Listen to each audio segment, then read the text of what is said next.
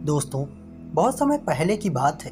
एक बूढ़ा व्यक्ति अपनी वेशभूषा बदलकर, अपने चेहरे को ढककर एक गुरु के पास आया और वह इन गुरु के बारे में ये विख्यात था कि वो बहुत ही बड़े ज्ञानी हैं।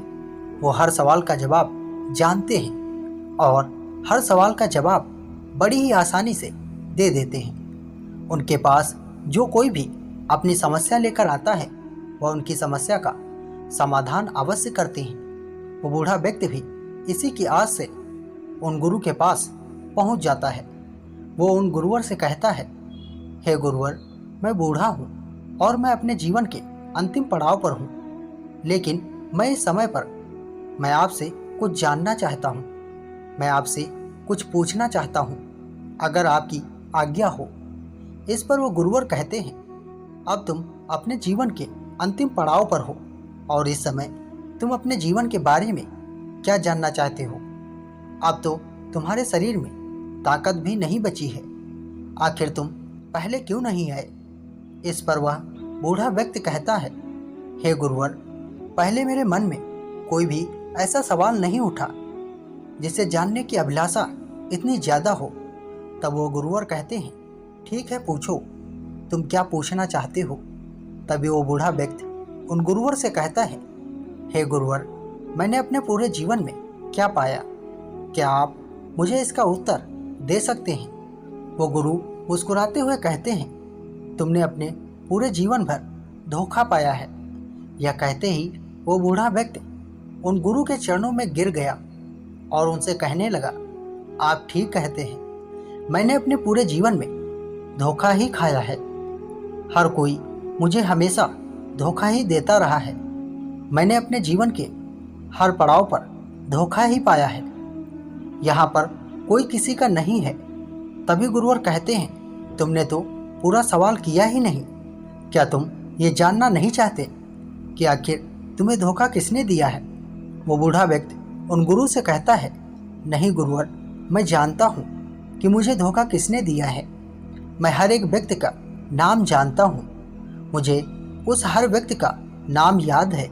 उन्होंने कब और कैसे मुझे धोखा दिया, वह भी मुझे अच्छी तरह से याद है। तभी वो गुरुवर कहते हैं, किंतु एक ऐसा भी व्यक्ति है जिसके बारे में तुम अभी भी अज्ञात हो और वह तुम्हें पल पल धोखा दे रहा है। इसके बारे में तुम बिल्कुल भी नहीं जानते। वह व्यक्ति जन्मकाल से ही तुम्हारे साथ है, लेकिन तुम अब तक उसे पहचान नहीं पाए और वह तुम्हें हर पल धोखा दिए जा रहा है। जब तक ये तुम्हारी सांस चलती रहेगी, तब तक तुम्हारा यह जीवन चलता रहेगा और वो तुम्हें धोखा देता ही रहेगा। गुरुवर की बात सुनकर वह बड़े ही आश्चर्य में पड़ गया कि आखिर ऐसा कौन सा व्यक्ति है जो बचपन काल से मेरे साथ है और मेरे मृत्यु तक भी वो साथ ही रहेगा, और तो और जिसे मैं जानता तक नहीं। वह बड़ी ही आश्चर्य से उन गुरु से कहता है, हे गुरुवर, आखिर वो कौन है जो मुझे धोखा दे रहा है। कृपया करके मुझे उसका नाम बताइए। कृपया करके मुझे बताइए कि आखिर वो कौन है और कहाँ रहता है। तभी वो गुरुवर कहते हैं, हे राजन, पहले मुझे ये बताइए कि आप अपना चेहरा ढककर, अपनी वेशभूषा बदलकर आप इस तरह से मुझसे मिलने क्यों आए। वह व्यक्ति गुरु के मुख से ये बात सुनते ही उनके चरणों में गिर पड़ा और आश्चर्यचकित होकर गुरु से कहता है, हे गुरुवर, आपको कैसे पता चला कि मैं एक साधारण व्यक्ति नहीं बल्कि एक चक्रवर्ती सम्राट हूँ। वह गुरुवर कहते हैं, तुम्हारी वाणी, तुम्हारी बोली किसी सम्राट की लगती है और तुम्हारी वाणी से ही ये झलक रहा है कि तुम एक राजा हो। लेकिन मैं ये जानना चाहता हूँ कि आखिर आप मुझसे क्या चाहते हैं। तभी वो बूढ़ा राजा उन गुरु से कहता है, हे गुरुवर, यहीं पास में एक छोटा सा जंगल है। उस जंगल में 10 पेड़ हैं। जब तक मेरे शरीर में ताकत थी, तब तक मैं बलवान था, मैं युवा था, शक्तिशाली था। जब तक मेरे बाजुओं में ताकत थी, तब तक मैं अपने एक ही बाण से निशाना लगाकर उन सभी को भेज सकता था। मेरा एक ही बाण उन सभी 10 पेड़ों के आर पार निकल जाता था। लेकिन आज मैं जब उन पर निशाना साधता हूँ तो मेरे हाथ कांपने लगते हैं। निशाना नहीं लग पाता। 10 पेड़ तो छोड़िए, मेरा निशाना एक पेड़ तक भी नहीं लग पाता। तो फिर 10 पेड़ कैसे पार होंगे? जब मैं अपना रूप बदलकर, अपनी वेशभूषा बदलकर उन पेड़ों को भेदने का प्रयास कर रहा था, तो आसपास के सभी लोग ये देखकर हंस रहे थे, मेरा मजाक उड़ा रहे थे। और वो लोग केवल एक ही बात कर रहे थे, ये कार्य केवल हमारे राज्य के राजा ही कर सकते हैं। और कई लोग तो वहाँ पर ऐसे भी थे जो ये कह रहे थे, ये बूढ़ा पागल हो चुका है। यह सारी बातें मैं सुनकर बड़ा ही निराश हो चुका था, अपने आप से हार चुका था। इसलिए मैं वहाँ से वापस लौट आया।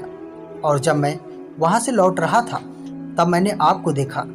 मैं आपके पास तुरंत ही चला आया, ये जानने के लिए कि आखिर मैंने अपने जीवन में क्या पाया। तभी वो गुरुवर कहते हैं, ठीक है, मेरे साथ चलो। इतना कहकर वो आगे की ओर चलने लगी और बूढ़ा राजा भी उनके पीछे पीछे आगे की ओर बढ़ने लगा। वो गुरुवर राजा को उन्हें 10 पेड़ों के पास ले जाते हैं और उस राजा से कहते हैं, हे राजन, निशाना लगाइए। इस पर वो बूढ़ा राजा एक बार फिर से अपने मुंह को छिपाकर निशाना साधने का प्रयास करता है। वह कई बार प्रयास करता है, लेकिन एक भी निशाना सटीक नहीं लग पाता है। एक भी तीर पेड़ में जाकर नहीं घुस पाता। तभी वह राजा कहता है, हे गुरुदेव, आपने देखा कि मैं कितना कमज़ोर हो चुका हूँ। मेरी शक्ति अब खत्म हो चुकी है। मेरे भीतर अब पहले जैसी ताकत नहीं रही। यह सब अब मेरे बस का नहीं है। आखिर मैं बूढ़ा हो चुका हूँ। इतना कहकर अब बूढ़ा राजा अपने सिर पर हाथ रखकर बैठ गया। तभी वो गुरुवर कहते हैं, हे राजन, जाओ, अपनी योद्धाओं वाली पोशाक पहनकर वापस लौटो। अपने रथ पर आओ, अपने उस तीर और धनुष के साथ वापस आओ, जिसका उपयोग करके आप इन 10 पेड़ों को एक साथ भेद दिया करते थे। एक राजा की तरह वापस लौटो, न कि एक बूढ़े व्यक्ति की तरह। राजा ने उन गुरु की बात मान ली। वह तुरंत ही वापस महल में लौटा। उसने अपने कवच पहने और योद्धाओं वाली पोशाक पहनी। उसने अपना वही तीर धनुष लिया और वो अपने रथ पर बड़ी शान के साथ वो वापस उस जंगल में आ गया। जब वह रथ से आ रहा था, तभी आसपास के लोग ये देखकर कह रहे थे, देखो, ये हमारा राजा है।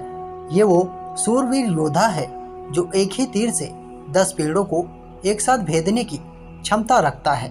जय हो शक्तिशाली योद्धा, आपकी जय हो। आपसे अधिक शक्तिशाली और कोई नहीं। ऐसा कोई नहीं है जो एक ही तीर से इन 10 पेड़ों को एक साथ भेज सके। ऐसा आपके अलावा और कोई नहीं कर सकता। ये सब वो राजा सुन रहा था। अपनी प्रजा की ये सारी बातें सुनकर वो राजा अपने आप को और भी बलवान महसूस करने लगा था।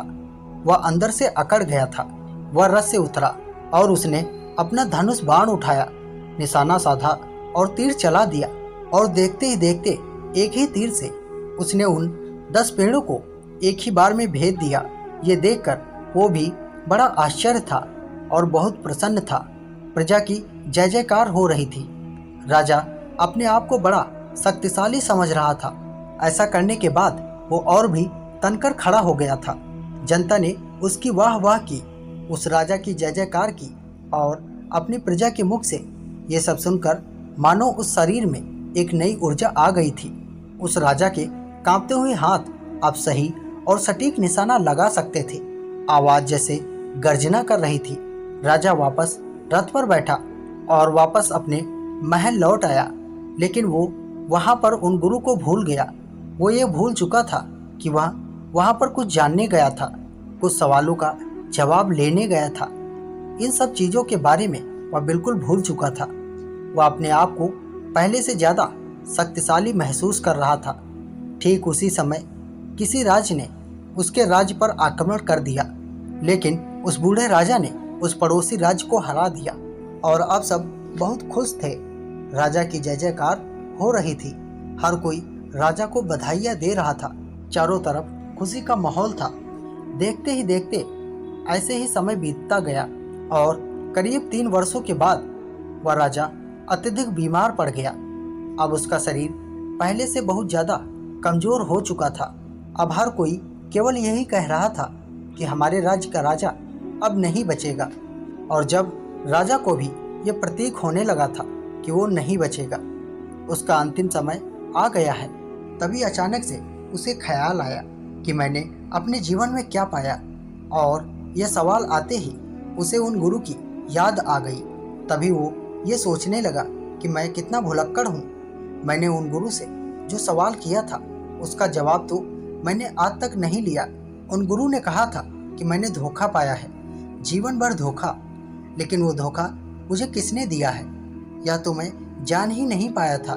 लेकिन अब मैं ये जानना चाहता हूँ। अपनी मृत्यु से पहले मैं इस सवाल का जवाब जानकर ही रहूँगा। उसने जैसे तैसे हिम्मत जुटाई और वह अपने पैरों पर खड़ा हुआ। धीरे धीरे लड़खड़ाता हुआ वह अपने रथ पर बैठ गया और अपने सारथी को लेकर उन घोड़ों के पास पहुंचा। बूढ़ा राजा उन गुरुवर को प्रणाम करता है और गुरुवर से कहता है, हे गुरुवर, मैं तो ये जान ही नहीं पाया था कि आखिर वह धोखा देने वाला व्यक्ति कौन है, जो मेरे जन्म काल से मेरे मृत्यु काल तक मेरे साथ ही रहेगा और जो मुझे पल पल धोखा दिए जा रहा है। इस बात को पूरे 3 साल बीत चुके हैं और मैं इस सवाल का जवाब मैं आपसे पूछना ही भूल गया। किंतु अब मेरा अंतिम समय आ चुका है। अब मैं ज़्यादा देर नहीं जी पाऊंगा, इसलिए मैं आपके पास आया हूँ। मैं ये जानना चाहता हूँ कि आखिर वह कौन है जो मुझे बचपन काल से अब तक पल पल धोखा दिए जा रहा है और जिसे मैं जानता तक नहीं। वह राजा दोनों हाथ जोड़कर गुरु से कहता है, हे गुरुवर, अब तो मुझे उसका नाम बता दीजिए। तभी वो गुरु मुस्कुराने लगे और उस बूढ़े राजा से कहते हैं, हे राजन, ये वही है जिसने तुम्हें 3 साल पहले भी धोखा दिया था, जब तुम ये बिना जाने कि तुम्हें धोखा कौन दे रहा है, जब तुम ये बिना जाने ही यहाँ से चले गए थे कि तुम्हें धोखा कौन दे रहा है। तुम ये भूल गए थे कि तुम यहाँ किसी सवाल का जवाब लेने आए थे। यह सब उसी का किया धरा है। तभी वो राजा कहता है, हे गुरुवर, आखिर वो कौन है? आप मुझे उसके बारे में साफ तौर पर क्यों नहीं बताते?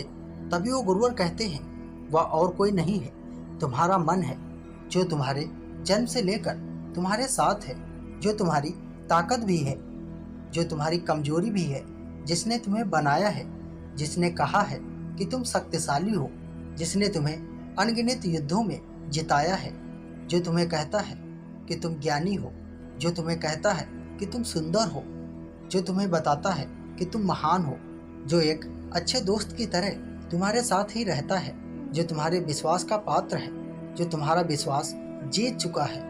तुमने उस पर आंख बंद करके इतना विश्वास कर लिया है कि तुम कभी भी उस सवाल तक नहीं करते, लेकिन वही तुम्हारा मित्र, तुम्हारा मन तुम्हें धोखा देता जा रहा है। और जब तुम्हारा अंतिम समय आ गया है, तब तुम ये जानने आए हो कि आखिर तुमने क्या पाया है और ऐसे समय पर क्या जवाब मिलता है। कुछ नहीं, लेकिन जैसे ही हमारा मन हमसे कहता है कि हम शक्तिशाली हैं, वैसे ही हमारे अंदर ऊर्जा उत्पन्न हो जाती है। हमारा शरीर पहले से भी ज़्यादा ताकतवर महसूस करने लगता है और वापस वह अपने कार्यों में लग जाता है। ठीक उसी प्रकार जिस प्रकार एक अच्छा मित्र तुम्हारा साथ देता है, ठीक उसी प्रकार वह भी तुम्हारे साथ रहता है, किंतु वह तुम्हें एक शत्रु की तरह धोखा भी देता रहता है। तब वो राजा कहता है, हे गुरुवर, मैं ये समझ नहीं पा रहा कि आप क्या कहना चाहते हैं। मेरा मन मुझे किस तरह से धोखा दे रहा है और उसने मुझे अब तक क्या धोखा दिया है। तभी वह गुरुवर उस राजा से कहते हैं, हे राजन, तुमने अपने जीवन में अब तक क्या पाया? तभी वो राजा कहता है, हे गुरुवर, मुझे तो लगता था कि मैंने बहुत कुछ पाया है, जो कुछ भी मैंने किया है वो सब मेरा किया धरा है। लेकिन जब मेरा अंतिम समय करीब आ चुका है, तब मुझे ऐसा प्रतीत होता है मानो अब तक मैंने कुछ भी ना किया हो।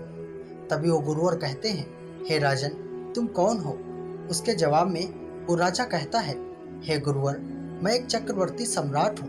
तभी वो गुरुवर कहते हैं, ये सब तो ठीक है, इसके अलावा तुम क्या हो?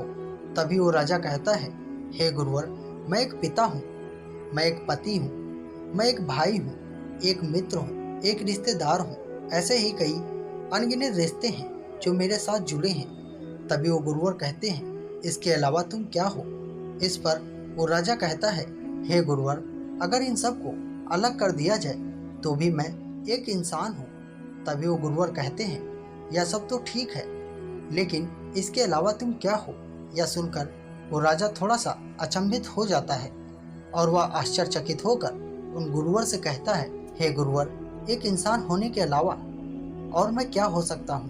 तभी वो गुरुवर कहते हैं, ध्यान लगाओ, ध्यान से सोचो, जोर दो, कोई जल्दबाजी नहीं है, तुम आराम से उसका उत्तर दे सकते हो कि आखिर इन सब के अलावा तुम क्या हो। राजा ने बहुत देर तक सोचा, बहुत देर तक विचार किया, लेकिन उसे कुछ भी समझ में नहीं आ रहा था कि इस सवाल का जवाब क्या होगा।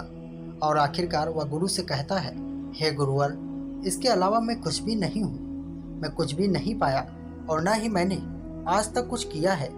तभी वो गुरु मुस्कुराने लगते हैं और उस राजा से कहते हैं, हे राजन, कुछ देर पहले तुम्हारा मन तुमसे ये कह रहा था कि तुम एक राजा हो, तुम एक सम्राट हो, शक्तिशाली हो, सुंदर हो, तुम्हारे जैसा वीर योद्धा और कोई नहीं है। तुमने ही तो कहा था कि तुम किसी के भाई हो, किसी के पिता हो, किसी के पति हो, किसी के रिश्तेदार हो, किसी के मित्र हो तो किसी के शत्रु हो। क्या तुम्हें अभी समझ नहीं आ रहा कि तुम्हारे मन ने तुम्हें क्या क्या बना रखा है? और जानते हो ऐसा क्यों? क्योंकि तुम्हारा ये मन नहीं चाहता कि तुम खुद को जानो, खुद को पहचानो कि आखिर तुम कौन हो। और मन अपने इस कार्य में सफल रहा क्योंकि तुम खुद को नहीं जानते कि आखिर तुम कौन हो। जैसे खाली आए थे वैसे ही खाली रह गए। तुम्हारा तो पूरा जीवन व्यर्थ में ही निकल गया। क्या तुम जानते हो कि तुम कौन हो? इस पर वो राजा कहता है, हे गुरुवर, मैं नहीं जानता आखिर मैं कौन हूँ। इस समय मैं बिल्कुल खाली हूँ, मुझे कुछ भी नहीं पता, मुझे कुछ भी नहीं ज्ञान। मैंने अपना पूरा जीवन किस तरह से बिताया है, मैंने क्या क्या किया है अपने पूरे जीवन भर, यह नहीं जान पाया कि आखिर मैं क्या हूँ और कौन हूँ। इस पर वो गुरु मुस्कुराने लगे और राजा से कहते हैं, हे राजन, तुम्हारा मन तुम्हें धोखा देने में कामयाब रहा और तुम इतने बड़े चक्रवर्ती सम्राट होकर भी उसका मुकाबला न कर सके। तुम उसके सामने हार गए। तुमने तो युद्ध जीते हैं, लेकिन आज तुम अपने भीतर का ही युद्ध हार चुके हो। तभी वो राजा कहता है, हे गुरुवर, क्या हुआ? यदि मेरे मन ने मुझे धोखा दिया, लेकिन अभी मेरे पास कुछ शेष समय बचा हुआ है और मैं इस समय में खुद को जानने का पूरा प्रयास करूंगा। राजा की इस बात पर एक बार फिर से गुरु मुस्कुराने लगे और राजा से कहते हैं, हे राजन, मन को काबू करने में शक्ति की आवश्यकता पड़ती है और अब तो तुम्हारा शरीर पहले से ही बहुत कमज़ोर है। तुम्हारे पास ना तो अब शरीर बचा है और न ही ऊर्जा बची है और ना ही शक्ति। यदि तुमने 3 वर्ष पहले इस सवाल का जवाब जान लिया होता तो तुम अवश्य ही कुछ न कुछ कर सकते थे, लेकिन अब तो तुम्हारे मन ने तुम्हें फिर से एक बार धोखा दे दिया है और तुम इस गुमान में वहां से चले आए कि तुम सबसे बड़े शक्तिशाली हो। लेकिन देखो, तुम्हारा अंतिम समय आ चुका है और तुम इस समय में अब क्या करोगे? ना तो शरीर है और ना ही इतनी शक्ति है, ना तो तुम मन को पढ़ सकते हो और ना ही तुम्हारे पास उतना समय है कि तुम कुछ जान सको। उन गुरु की ये सारी बातें सुनकर वो राजा मुस्कुराने लगा और उन गुरुवर से कहता है, मैं तो मूर्ख था जो मैं अपने आप को एक चक्रवर्ती सम्राट समझ रहा था। मैं तो वास्तविक तौर पर एक भिखारी निकला, मैं एक दरिद्र निकला। लेकिन फिर भी आपका बहुत बहुत धन्यवाद। आपने मेरा भ्रम तोड़ दिया, मेरी आंखें खोल दी, मुझे ये ज्ञान दिया कि मेरे पास कुछ भी नहीं है और मैं कुछ भी नहीं जान सका। लेकिन फिर भी मुझे इस बात की खुशी है कि मैं अपनी दरिद्रता को देख पा रहा हूँ। तभी वो गुरुवर कहते हैं, वास्तव में जो तुमने बचपन का जीवन जीना शुरू किया था वो तुम्हारा जीवन आज से शुरू हो रहा है, जानने का, जीवन पहचानने का, अपने जीवन को, अपने आप को समझने का और मैं कौन हूँ, क्या हूँ, ये पता करने का। गुरु की ये बात सुनकर उस राजा ने हंसते हंसते वहीं पर अपने प्राण त्याग दिए। लेकिन उसके बाद भी आज भी उसे सम्राट ही कहेंगे क्योंकि हर किसी ने उसका वही रूप देखा था।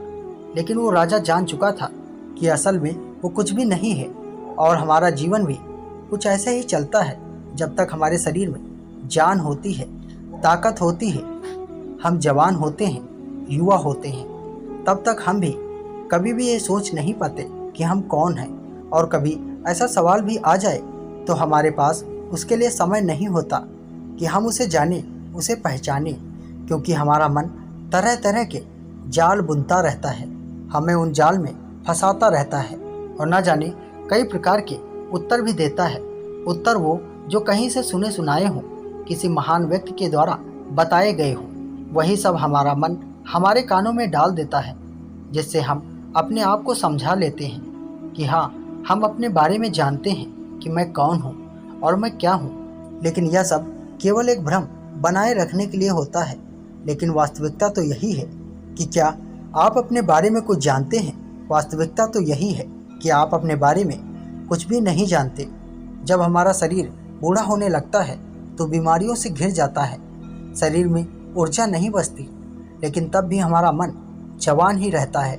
और वास्तविकता देखिए कि हम अपने अंतिम समय तक भी इस मन के जाल में यूं ही फंसते रहते हैं। केवल कुछ ही लोग होते हैं जो ये सोच पाते हैं कि मैंने क्या पाया।